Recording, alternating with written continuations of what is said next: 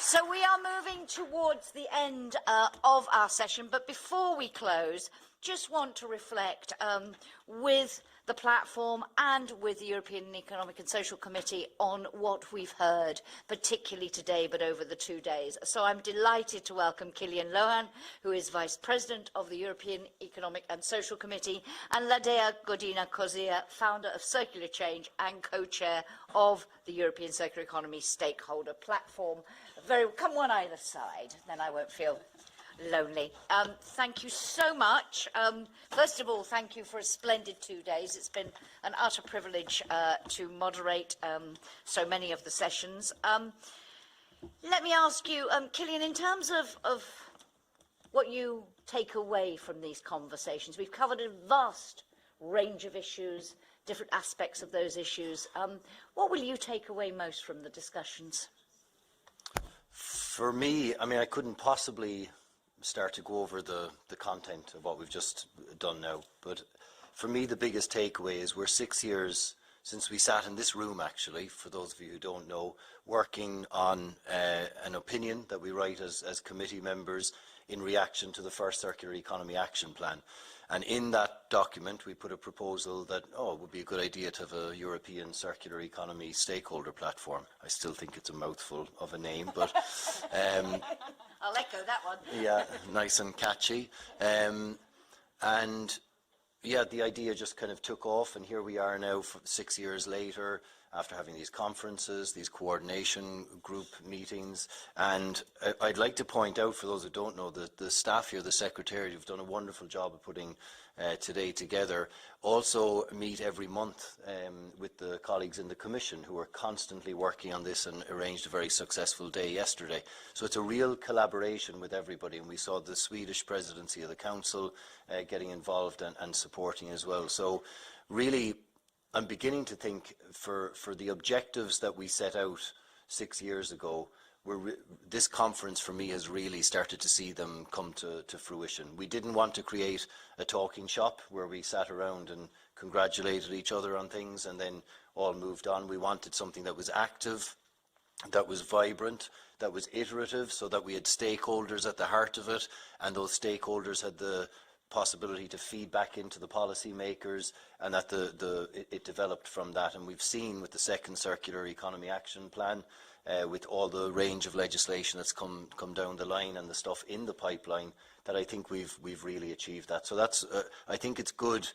There's so much to do, but it's good to take a moment to appreciate what we've achieved and the amount of work that's gone in to achieve this, and the fact that it's the stakeholders that have driven this. And unlike so many platforms we have in the EU institutions, this one is unique in that the stakeholders are put in the driving seat, the likes of Ladea and Freak taking the chair of the coordination group, all of the people who get involved in the circular talks and so on. And it's shown that when you do that, when you give the power and the authority there to the stakeholders, it's really vibrant and it really reaches beyond the EU even, and is really effective with content. Thank you very much indeed. So, Ladea, pouring praise. So that was praise about them being your parents that Freak likes to use a lot. You've heard from the father of the platform, heaping praise upon you. Is there anything particularly if you want to react to that comment about where we've come so far over the 6 years, and anything specific from the last 2 days? Yeah, thank you very much. Actually, when I invented these parents, but we are sharing this, and I always use these metaphors, I like that very much, and I'm very proud that we have great father, but we have another parent as well, and I think we should be really grateful to our parents, first of all, that we got the opportunity to organize this event together, and not only to them. I think that being grateful is something what we should think about at this very moment. And I would like to stress, of course, that with FREC we are sharing this role of co-chairing, but first of all, without stakeholders, nothing can happen. But without those who are behind the scene, I always want to stress that. And we have Secretariat, and we have technicians, and we have you, Jackie, who are in the middle of that. So that is giving us the feeling of community and of this interdependency. Without all this, the whole group of people, this wouldn't be possible. And this year, what I liked very much was that woman power of young women and how educated they are, how intelligent they are, how articulated. So I said, oh, we are in good hands, because this is new for this event, that we really have this intergenerational dialogue. And what I liked, it was not only decoration, because sometimes it's like, let's put young people, let's put female, and so on. Yeah. But in this case, they were contributing significantly to the event. So that is my takeaway regarding, as Kilian said, how we are progressing. We are progressing with this inclusiveness.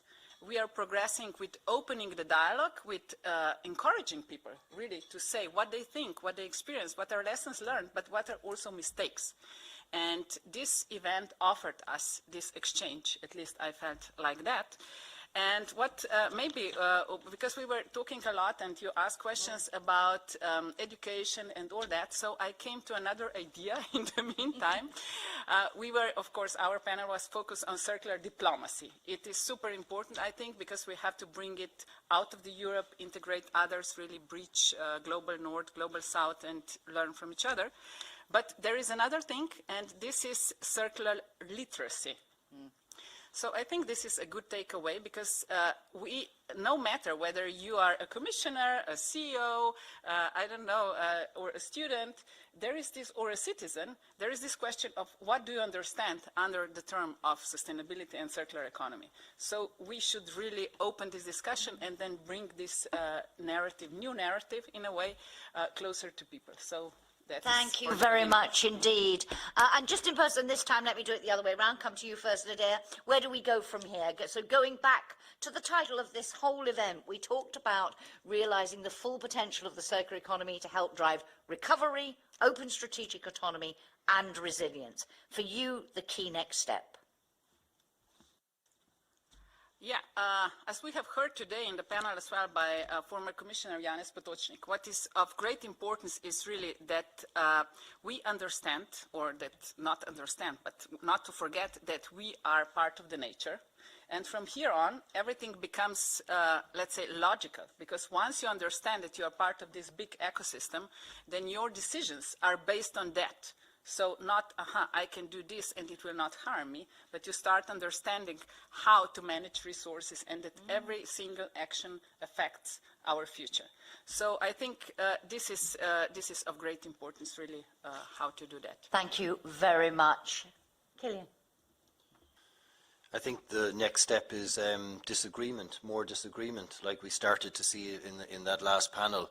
If we're not at the point where we're starting to feel passionate and people start suddenly coming in and pressing the microphone, then you know, we can all just read about this if we all just want to read stuff that we agree with and that we rephrase in different ways. So really getting to down to the discussion on decoupling, on overconsumption, on looking at problems in certain sectors, let's say in the chemical sector, and whether, okay, there's problems, are we using that are we saying that's a barrier to moving to circular economy, or are we saying we move to circular economy and we just deal with it in that space? Because if we're sitting in a different paradigm, imagine we're in a completely different economic paradigm and somebody comes here and we have a 2-day conference to create the model that we currently live in. Nobody in their right mind would support it if we were starting from somewhere else. Nobody would be able to defend it with logical arguments and with reasoned arguments. So we mustn't let the barriers that we've identified be, we must see them as challenges in the transition, not barriers to making the transition. So moving to that space is really important, and I think moving maybe from a circular economy to a circular society. The other thing is, today there was a lot of talk about how we manage things with economic solutions and economic models and financial tools, and the language we were using was all very economic. But we're talking about a transition of our societies, not just a transition of our economy. So bringing that element into it, moving from a circular economy to a circular society, I think is something for us to aim for. And there then we have those conversations that are difficult about, for example, when we started this conversation on circular economy, the gentleman who said to us, you know, the message that we shared, you're right, was this is great for everybody. 6 years ago, we all said win-win. It was two things. Everyone said win-win, and everyone said this is great for recycling. Slowly, it became aware, oh, this is actually bad for recycling, because this fully implemented circular economy spells the end of recycling. But we didn't say that at the start. We had the recycling industry championing the circular economy and organising events left, right and centre. And we went with it. And I think some people knew that wasn't the case. Some people were going, this is awful for you guys, but thanks for the support. And maybe it's time to move the conversation on now about where the other difficulties are going to be. And we see that sometimes that works. I mean, I could talk about that at length, but I won't. But I think that's where we need to go next. And I look forward to that next part of the journey. Thank you so much, Killian. And it only remains for me to thank you, Ladea and Freek, for all the work that you do through the platform. He's right at the back there. Thank you so much. And thank you for all the work that's been done by the platform to put this event together. Thank you to your blended family, I'm going to call that great new British term, to Killian and the team, the wonderful organisational teams, both here at the European Economic and Social Committee and the European Commission. Believe you me, they have worked tirelessly and night and day to put this together, prepare it, make the job of people like me moderating sessions so much easier. I think we should have a special round of applause for the teams that made all this actually happen. They're in the booth back there. I also want to thank all the speakers and moderators of all the different sessions for their wonderful contributions, both here and online, but most of all, I want to thank all of you who've engaged, who've stayed, who've committed, who've shared your thoughts, who've begun, as you said, Killian, to argue, which is always very refreshing, rather than just the converted, talking to the converted all the time. So thank you all very much indeed. It has been for me a real pleasure to moderate it, and I promised that your reward was here. So if you can stay, there will be a networking cocktail now in the atrium at the end of the corridor. And as I've kept dragging you back from every drink and every meal you've had, this time I promise, go, drink, enjoy yourselves, and have a great evening. Thank you very much.